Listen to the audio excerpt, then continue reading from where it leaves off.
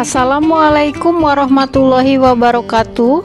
Halo adik-adik semua, jumpa lagi di channel Ayo Kita Belajar. Pada hari ini kita akan belajar rangkuman bahasa Indonesia bab 4, mengulas karya fiksi, kisah-kisah favoritku. Bagian A, mengenal karya fiksi. Karya fiksi yang merupakan hasil imajinasi penulis telah lama menjadi bagian penting dalam kehidupan manusia. Karya fiksi adalah karya hasil perpaduan antara perasaan dan pikiran. Suharyanto 2005. Wellek and Warren 2009 mendefinisikan karya fiksi sebagai cerita atau latar yang bersumber dari imajinasi.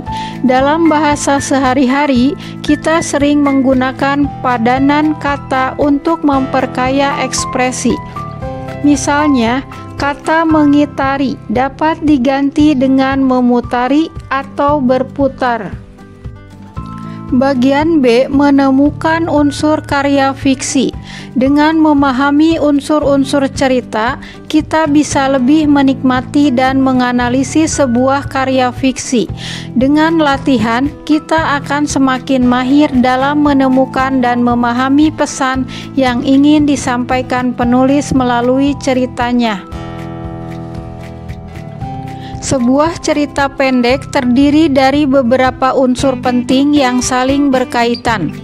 Tokoh, orang-orang yang terlibat dalam cerita, ada tokoh utama atau peran penting dan tokoh pendukung. Latar, tempat dan waktu terjadinya cerita. Tema, pesan utama atau pokok pikiran yang ingin disampaikan penulis. Alur, rangkaian peristiwa yang terjadi dalam cerita mulai dari awal hingga akhir. Untuk menemukan unsur-unsur cerita, kita bisa melakukan hal-hal berikut. Tokoh utama, identifikasi tokoh yang paling sering muncul dan memiliki peran sentral dalam cerita. Latar, perhatikan nama tempat dan waktu yang disebutkan dalam cerita. Tema, carilah pesan mendalam yang ingin disampaikan penulis, misalnya melalui konflik atau penyelesaian masalah. Alur, urutkan peristiwa-peristiwa yang terjadi dalam cerita mulai dari awal hingga akhir. Untuk menemukan tema cerita, perhatikan paragraf pertama biasanya memperkenalkan konflik awal. Paragraf terakhir biasanya berisi pesan atau kesimpulan. Ada beberapa jenis alur cerita, yaitu alur maju dimulai dari awal, konflik meningkat lalu selesai. Alur mundur dimulai dari akhir lalu menceritakan peristiwa sebelumnya.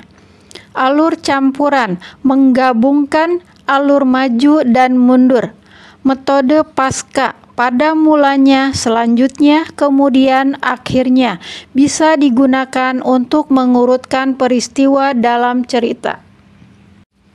Bagian C, melakukan penilaian terhadap karya fiksi. Dalam melakukan penilaian terhadap karya fiksi, penting untuk memperhatikan unsur-unsur ceritanya seperti tokoh, latar belakang, dan sifat.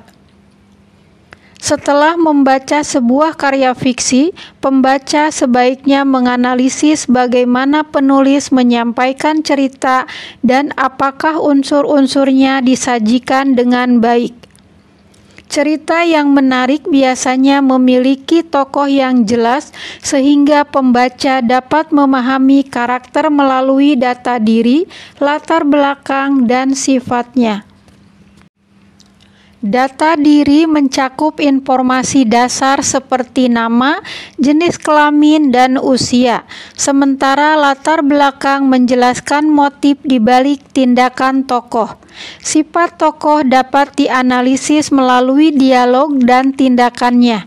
Dengan memperhatikan aspek-aspek ini, pembaca dapat memberikan penilaian yang lebih akurat terhadap cerita yang dibaca.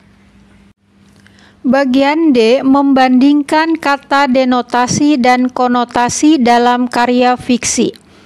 Dalam sebuah cerita, kita seringkali menemukan kata-kata yang memiliki makna ganda. Selain makna sebenarnya atau denotasi, kata-kata juga bisa memiliki makna kiasan atau konotasi. Penulis seringkali menggunakan kata-kata berkonotasi untuk membuat cerita menjadi lebih hidup dan menarik.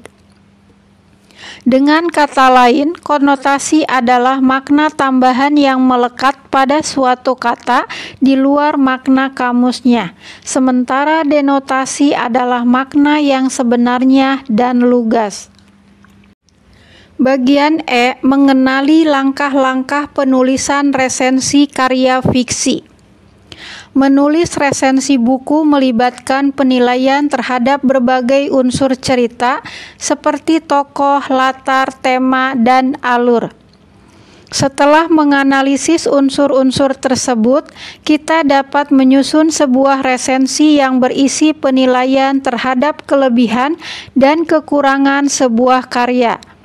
Tujuan utama dari resensi adalah untuk memperkenalkan buku kepada pembaca lain dan memberikan rekomendasi.